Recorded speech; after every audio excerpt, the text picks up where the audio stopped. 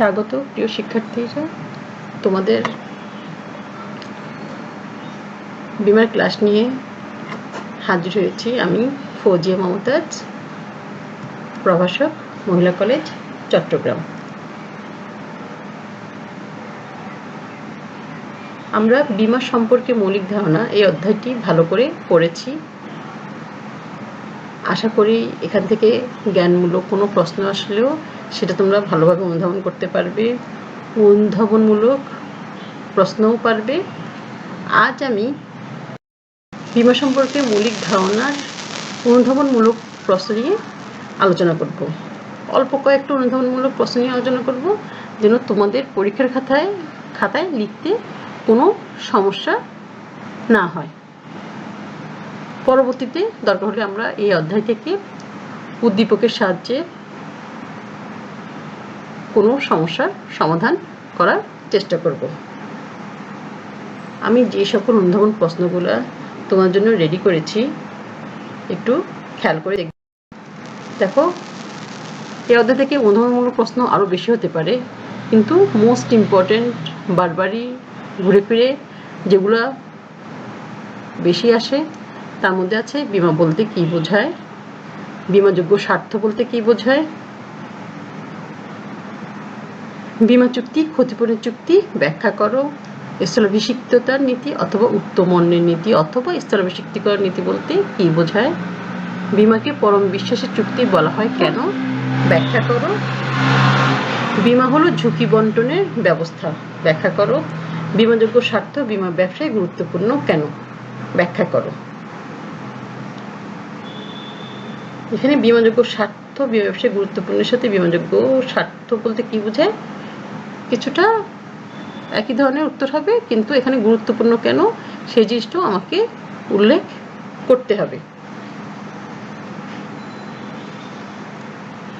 আচ্ছা, যাই হোক, এবার আমরা চলে যাই। প্রথম প্রশ্নে আছে আমার বিমা বলতে কি বোঝায়। আমরা সকলেই জানি বিমা হচ্ছে এমন একটি ব্যবস্থা যার মাধ্যমে ভবিষ্যৎ অনিশ্চয়তা ও দুর্ঘটনাজনিত ঝুঁকি নিরসন করা যায়। এক্ষেত্রে বিমা কি যদি আসে জ্ঞানমূলকে, তোমরা ঠিক সেম আনসারটাই করবা, আর কিছুই আনসার করতে হবে না, আর কোনো উত্তরই দিতে হবে না। কিন্তু যখন এটা অনুধাবনমূলক প্রশ্নে আসে বিমা বলতে কি বোঝায়, তখনই আমার জ্ঞানমূলক পাঠটা, অর্থাৎ বিমা হচ্ছে এমন একটি ব্যবস্থা যার মাধ্যমে ভবিষ্যৎ অনিশ্চয়তা ও দুর্ঘটনাজনিত ঝুঁকি নিরসন করা যায়। তারপর একটু ব্যাখ্যাতে যাব। এখানে আমি কিন্তু তোমাদেরকে পুরোপুরি ব্যাখ্যা দিচ্ছি না, কারণ পুরোটাই তোমরা নিজেরা চেষ্টা করবে। তারপর একটু দেখো, মানুষের জীবন ও সম্পত্তির নিরাপত্তা নিশ্চিত করতে এবং সম্ভাব্য ঝুঁকি মোকাবেলা বা ক্ষতিপূরণে এটি একটি আর্থিক প্রতিরক্ষামূলক ব্যবস্থা হিসাবে কাজ করে। কোনটি? বিমা। আমরা প্রথমে জ্ঞানমূলকে দেখেছি এটা ভবিষ্যৎ অনিশ্চয়তা থেকে আমাদেরকে রক্ষা করে, যে কোনো দুর্ঘটনাজনিত ঝুঁকি হ্রাস করার চেষ্টা করে, অর্থাৎ ক্ষতিপূরণের ব্যবস্থা করে। অনেক ক্ষেত্রে জীবনের নিশ্চয়তার ব্যবস্থা করার চেষ্টা করে। তাহলে দেখো, বিমা হচ্ছে বস্তুত এক ধরনের চুক্তি যার সাহায্যে এক পক্ষ সেলাম হিসাবে একটি নির্দিষ্ট পরিমাণ অর্থের বিনিময়ে ভবিষ্যতে অনিশ্চিত কোনো ঘটনা বা পরিস্থিতির কারণে সংঘটিত ঘটনার ক্ষতিপূরণ বা নির্দিষ্ট পরিমাণ অর্থ অন্য পক্ষের কাছে থেকে পাওয়ার নিশ্চয়তা করে। অন্য পক্ষ থেকে পেলেই, অর্থাৎ বিমা গ্রহীতা থেকে পেলেই বিমাকারী সেটা ক্ষতিপূরণ দেওয়ার চেষ্টা করে। তার জন্য প্রথমে আমাকে কি করতে হবে? আমাকে একটা দুর্ঘটনাজনিত ঝুঁকির নিরসন করার জন্য একটা বিমা করতে হবে, এবং এই বিমা করার জন্য আমাকে প্রতিবারই একটা সেলামি বা প্রিমিয়াম যেটাকে আমরা বলছি সেটা দিতে হবে। তাহলে যদি কোনো দুর্ঘটনা আমি পতিত হই বা আমার কোনো সম্পত্তি পতিত হয়, তখনই আমি সেই দুর্ঘটনাজনিত ঝুঁকি নিরসনের ক্ষতিপূরণটা পাবো, এবং এই ক্ষতিপূরণটা আমাকে দিবে বিমাকারী। ঠিক আছে? তাহলে এখানে আমার হলো বিমা বলতে কি বোঝায়। ছিল বিমাযোগ্য স্বার্থ বলতে কি বোঝায়। বীমাযোগ্য স্বার্থ বলতে কি বোঝায়। এখানেও প্রথমে একই রকম জ্ঞানমূলক প্রশ্নের মতো বীমাযোগ্য স্বার্থ কি সেটা আমাকে উল্লেখ করতে হবে। বীমাকৃত বিষয়বস্তুর ওপর বীমা গ্রহীতার যে আর্থিক স্বার্থ বিদ্যমান তাই বীমাযোগ্য স্বার্থ। অর্থাৎ আমি যে বিষয়টায় বা আমি যদি নিজের উপরও বীমা করি সেটার উপর আমার যে স্বার্থটা থাকবে সেজন্যই কিন্তু সেটাকে বীমাযোগ্য স্বার্থ বলছে। আমি অন্য কারো হয়ে বীমাটা করতে পারবো না, কারণ অন্য কারো সম্পত্তির উপর বা অন্য কারো জীবনের উপর আমার কোনো স্বার্থ থাকবে না। অন্য কারো জীবনের উপর যদি আমার স্বার্থ থাকে সেই জায়গায় আমি করতে পারবো, বীমা করতে পারবো। সেটি এখানে বলছে বীমাযোগ্য স্বার্থ। কোনো চুক্তিতে বীমাযোগ্য স্বার্থ বিদ্যমান না থাকলে তাকে বীমা চুক্তি বলা যায় না। তখন বীমা চুক্তিটি গঠিত হবে না, বীমা চুক্তি করাই যাবে না। তখন যদি এমন স্বার্থহীন ভাবে যদি কোনো বীমা করাও হয় সেটা ফলপ্রসূ হবে না বা সেটা চুক্তি বলে গণ্য হবে না, সেটা বাজে চুক্তিতে রূপান্তরিত হবে। বীমাযোগ্য স্বার্থ হলো বীমা চুক্তি একটি অপরিহার্য উপাদান। কোনো চুক্তিতে বীমাযোগ্য স্বার্থ বিদ্যমান না থাকলে তাকে বীমা চুক্তি বলা যায় না, বরং তা বাজি বা জুয়া খেলার চুক্তি হিসেবে গণ্য করা হয়। বীমাযোগ্য স্বার্থ রক্ষার জন্যই বীমা গ্রহীতা তার জীবন অথবা সম্পত্তির বীমা করে থাকে। যিনি করবেন তার জীবন বা সম্পত্তির উপর অবশ্যই বীমাযোগ্য স্বার্থ থাকতে হবে। অন্য কারো সম্পত্তির উপরই আমি কি করতে পারবো না, বীমা করতে পারবো না, কারণ ওখানে আমার আর্থিক স্বার্থ জড়িত নয়। ঠিক আছে, ব্যাখ্যাটা তোমরা যা বলছো সেটা তোমরা তোমাদের ভাষায় বুঝিয়ে সুন্দর করে উদ্ভাবন করবে, তাহলেই আমার অনুমূলক প্রশ্নের উত্তরে 2 নম্বর পেতে কোনো সমস্যা হবে না, মানে পুরো মাসটা আমি পেয়ে যাব। 3 নম্বর প্রশ্নে দেখো, বীমা চুক্তি ক্ষতিপূরণের চুক্তি ব্যাখ্যা করো। আমরা কিন্তু ক্ষতিপূরণের কথা বারবার বলে আসছি। বীমা কি, বীমাযোগ্য স্বার্থ কি, সব জায়গায় কিন্তু ক্ষতিপূরণটা রয়ে গেছে। আমি যখনই বীমা করব, বীমা চুক্তিতে আবদ্ধ হব, তখনই বীমাকারী বীমা গ্রহীতাকে ক্ষতিপূরণ দিতে বাধ্য থাকবে যদি বীমা চুক্তিতে উল্লেখিত ক্ষতির কারণটা নির্দিষ্ট করে দেয়া থাকে। তাহলে এখন দেখো, বীমা ক্ষতিপূরণের নীতির উপর প্রতিষ্ঠিত। এই নীতি অনুযায়ী চুক্তিপত্রে উল্লেখিত কারণে বীমাকৃত বিষয়বস্তুর কোনো ক্ষতি হলে বীমাকারী উক্ত ক্ষতিপূরণের দায় গ্রহণ করে। আবার রিপিট করছি, এই নীতি অনুযায়ী চুক্তিপত্রে উল্লেখিত কারণে বীমাকৃত বিষয়বস্তুর কোনো ক্ষতি হলে বীমাকারী উক্ত ক্ষতিপূরণের দায় গ্রহণ করবে। তবে বিষয়বস্তু ক্ষতিগ্রস্ত না হলে বা বিষয়বস্তু নেই এমন কোনো জিনিস বীমা গ্রহীতার ক্ষতিগ্রস্ত হলে সেখানে বীমাকারীর কোনো দায় সৃষ্টি হবে না, ক্ষতিপূরণ করার প্রশ্নই থাকবে না। তাহলে বীমা চুক্তির শর্তানুযায়ী বীমাকারী নির্দিষ্ট প্রিমিয়ামের বিনিময়ে বীমা গ্রহীতাকে আর্থিক ক্ষতিপূরণ প্রদান করে। এক্ষেত্রে বীমাকৃত সম্পদের যে পরিমাণ ক্ষতি হয় তা পরিমাপ করে ততটুকু ক্ষতিপূরণের মাধ্যমে বীমা গ্রহীতাকে ক্ষতি সংঘটিত হওয়ার পূর্বের অবস্থায় ফিরিয়ে আনা হয়। এই জন্যই বীমা চুক্তিকে ক্ষতিপূরণের চুক্তি বলা হয়। অর্থাৎ এক কথায়, আমার কোনো সম্পত্তি ক্ষতিগ্রস্ত হলে আমি যদি সেই বিষয়টার বীমা করে থাকি তাহলে অবশ্যই বীমাকারী আমাকে ক্ষতিপূরণ দিয়ে সেই অবস্থা থেকে উত্তোলনের, আমি যে ক্ষতিগ্রস্ত হয়েছি সেই অবস্থা থেকে উত্তোলনের ব্যবস্থা করে থাকি। এই জন্যই আমরা বীমা চুক্তিকে ক্ষতিপূরণের চুক্তিও বলে থাকি।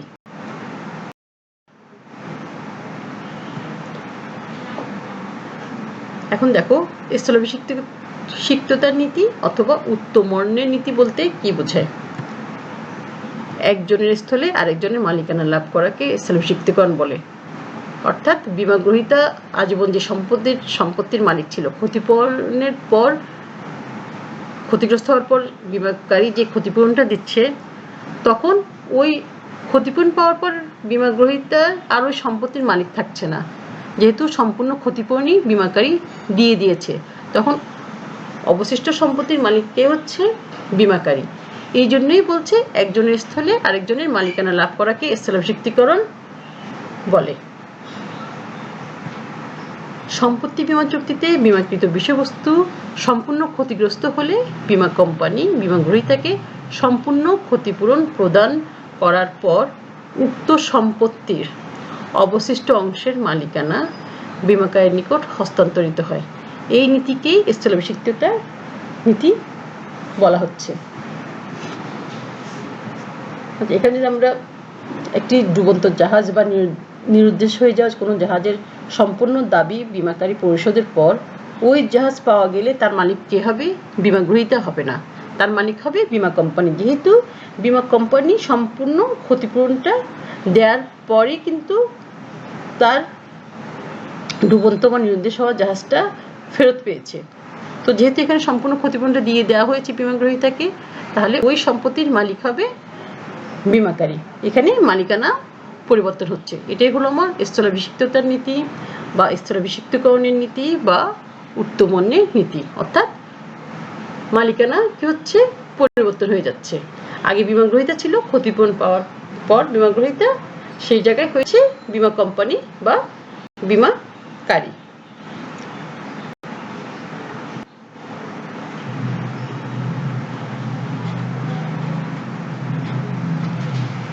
তারপর দেখি আমরা বীমাকে পরম বিশ্বাসের চুক্তি বলা হয় কেন।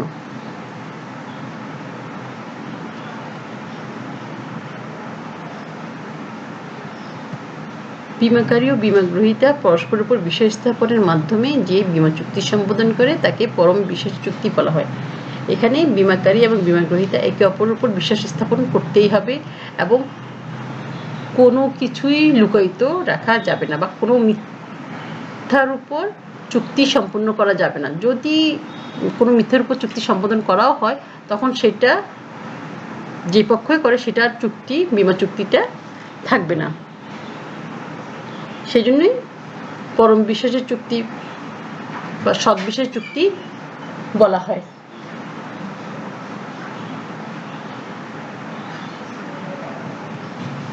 বীমা চুক্তিকে পরম বিশ্বাসের চুক্তি বলা হয় কেননা এই চুক্তিকে বীমাকারী ও বীমা গ্রহীতা পরস্পরের উপর বিশ্বাস স্থাপন করে চুক্তিতে আবদ্ধ হয়।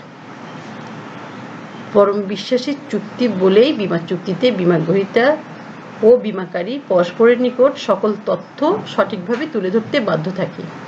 কোনো পক্ষ বিশ্বাসের চুক্তি ভঙ্গ করলে অপর পক্ষ ক্ষতিপূরণের অধিকারী হয়। এখানে যদি বীমা গ্রহীতা যদি তার কোনো ব্যক্তিগত কিছু লুকায়িত রেখে বীমা করলে সেক্ষেত্রে বীমাকারী বীমা গ্রহীতাকে ক্ষতিপূরণ দিতে বাধ্য থাকবে না এবং বীমা চুক্তিটা বাতিল করে দিতে পারে। এরূপ ধারণার উপর অর্থাৎ পরম বিশ্বাসের উপর বীমা চুক্তিতে আবদ্ধ হয় বলেই কিন্তু একে পরম বিশ্বাসের চুক্তি বলা হয়।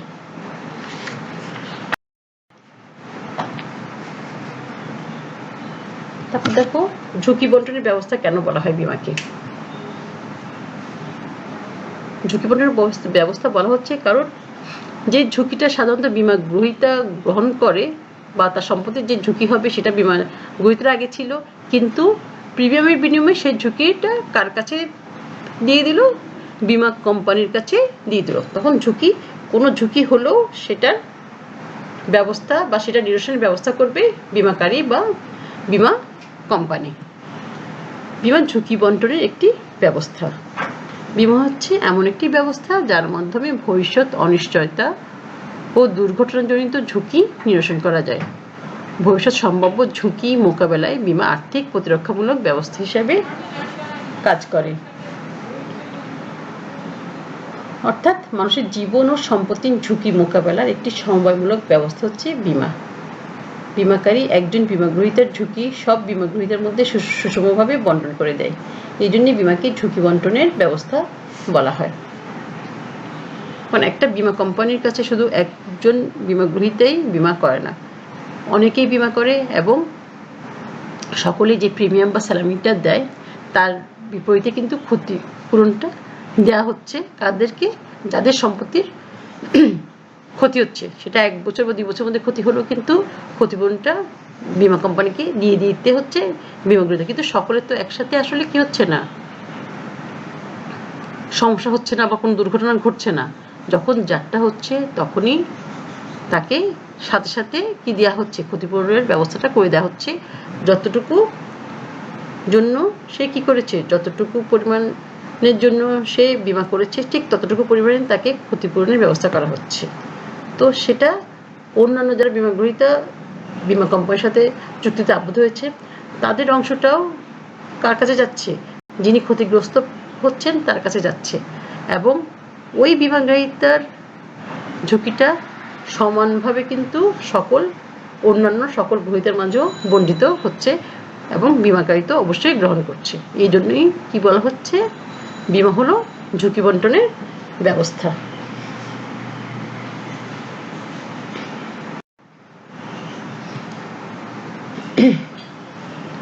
বিমাযোগ্য স্বার্থ বীমা ব্যবসায় গুরুত্বপূর্ণ কেন, ব্যাখ্যা করো।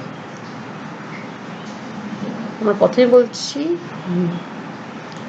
যে বিষয়বস্তুর উপর বীমা করা হবে তার উপর যদি বীমাগ্রহীতার স্বার্থ না থাকে তাহলে বীমাটা হবে না, সেটা বাদী চুক্তি বলে গণ্য হবে। এবং বীমাযোগ্য স্বার্থ যদি না থেকে যদি আমি কোনো বিষয়বস্তুর উপর বীমা করেও থাকি, সেটার উপর আমার কি থাকবে না, কোনো মনোযোগ থাকবে না, কোনো আকর্ষণ থাকবে না, ওটা আমি করলাম, না করলে না, এই ধরনের একটা অবস্থা হবে। সেক্ষেত্রে ক্ষতিগ্রস্ত কিন্তু বীমা কোম্পানি হবে। এবং এই জন্য এই ধরনের কোনো চুক্তি হয় না, যার জন্য এটাকে কি বলা হচ্ছে, বাজে চুক্তি বলা হচ্ছে। বীমা হলো এক ধরনের লিখিত চুক্তি যেখানে বীমা গ্রহীতা নির্দিষ্ট প্রিমিয়ামের বিনিময়ে তার সম্ভাব্য ঝুঁকি বা বিপদের ভার বীমাকারী ব্যক্তি বা প্রতিষ্ঠানের উপর করে। তো এই জন্যই বীমাযোগ্য স্বার্থ বলতে অ্যাকচুয়ালি আর্থিক স্বার্থকে বোঝানো হচ্ছে। এরূপ স্বার্থ রক্ষাই বীমা চুক্তির উদ্দেশ্য। প্রত্যেক বীমা চুক্তিতে এরূপ স্বার্থ বহাল থাকা আবশ্যক। বীমাযোগ্য বিষয়বস্তু বা সম্পত্তি অথবা জীবনের উপর বীমা গ্রহীতার বীমাযোগ্য স্বার্থ বিদ্যমান না থাকলে বীমা কোম্পানি বীমা গ্রহীতার মধ্যে কোনো বীমা চুক্তি সম্পাদিত হয় না, এবং বীমা কোম্পানি তখন এ ধরনের কোনো চুক্তিতে আবদ্ধ হতে পারে না। যার জন্যই যখনই বীমা করা হবে তখন ওই বীমা যোগ্য বিষয়বস্তুর উপর বীমাযোগ্য স্বার্থ আছে কিনা সেটা বিবেচনা করেই কিন্তু বীমাটা বা বীমা চুক্তিটা সম্পূর্ণ করা হবে। এই জন্যই বীমাযোগ্য স্বার্থ বীমা ব্যবসায় খুবই গুরুত্বপূর্ণ। অর্থাৎ যখনই বীমা চুক্তি করবে তখন দেখতে হবে ওই বিষয়বস্তুর উপর বীমাযোগ্য স্বার্থ আছে কিনা বীমা গ্রহীতার। সুতরাং বীমা আইন অনুসারে বীমাকৃত বিষয়বস্তুতে বীমাকারীর প্রত্যক্ষ বা পরোক্ষ আর্থিক লাভ বা ক্ষতিজনিত স্বার্থ বিদ্যমান না থাকলে বীমা চুক্তিটি কি হবে না, বৈধ হবে না। বীমাকৃত বিষয়বস্তুর উপর বীমা গ্রহীতার বৈধ অধিকার বা আর্থিক স্বার্থকেই বীমাযোগ্য স্বার্থ বলা হয়। ঠিক আছে, এই জন্যই বীমাযোগ্য স্বার্থ বীমা ব্যবসায় গুরুত্বপূর্ণ। আবারও বলছি, যখনই বীমাযোগ্য বিষয়বস্তুর উপর বীমা গ্রহীতার স্বার্থ থাকবে তখনই সেটি মসৃণভাবে চলতে থাকবে। আর্থিক স্বার্থ না থাকলে বা ওই ধরনের স্বার্থ না থাকলে স্বার্থ রক্ষা করার জন্য বীমা গ্রহীতা উদ্বিগ্ন থাকবে না, কিন্তু যখনই আর্থিক স্বার্থটা বিদ্যমান থাকবে তখনই এরূপ স্বার্থ রক্ষা করার জন্য বীমা গ্রহীতা উদ্বিগ্ন থাকবে এবং সে চেষ্টা করবে বীমা চুক্তিটা ফলপ্রসূভাবে সম্পন্ন করার জন্য। এই জন্যই আমরা বলতে পারি বীমাযোগ্য স্বার্থ বীমা ব্যবসায় গুরুত্বপূর্ণ। ঠিক আছে শিক্ষার্থীরা, আজ এই পর্যন্তই। পরবর্তী ক্লাসে চেষ্টা করব একটু বিস্তারিত বলার জন্য, হয়তো উদ্দীপকের সাহায্য নিতে পারি, নয়তো আমাদের জ্ঞানমূলক প্রশ্নগুলো নিয়ে একটু আলোচনা করতে পারি। এমনও হতে পারে এমসিকিউ প্রশ্ন নিয়ে আমরা এই অধ্যায়েরই এমসিকিউ প্রশ্ন নিয়ে আলোচনা করব। ঠিক আছে, তোমাদের সিলেবাসটাও অনেক কমে গেছে, তো তোমরা একটু মনোযোগ দিয়ে বারবার পড়বে, বারবার এখান থেকে নিজেরও জ্ঞানমূলক প্রশ্ন সৃষ্টি করার চেষ্টা করবে। মূলধন প্রশ্নের উত্তরগুলো কীভাবে লিখলে ভালো ভালো নম্বর পেতে পারি আমরা, সেই চেষ্টাটা করবে। আমি আবারও বলছি, মূলধনমূলক প্রশ্নে প্রথম জ্ঞানমূলক প্রশ্নের উত্তরটুকু, তারপর সেটার ব্যাখ্যা দিবে, এবং এইভাবে লিখলে তোমরা অবশ্যই পুরো মার্কস পাওয়ার আশা করতেই পারো। ঠিক আছে, ভালো থেকো। আজ এই পর্যন্তই। আল্লাহ হাফেজ।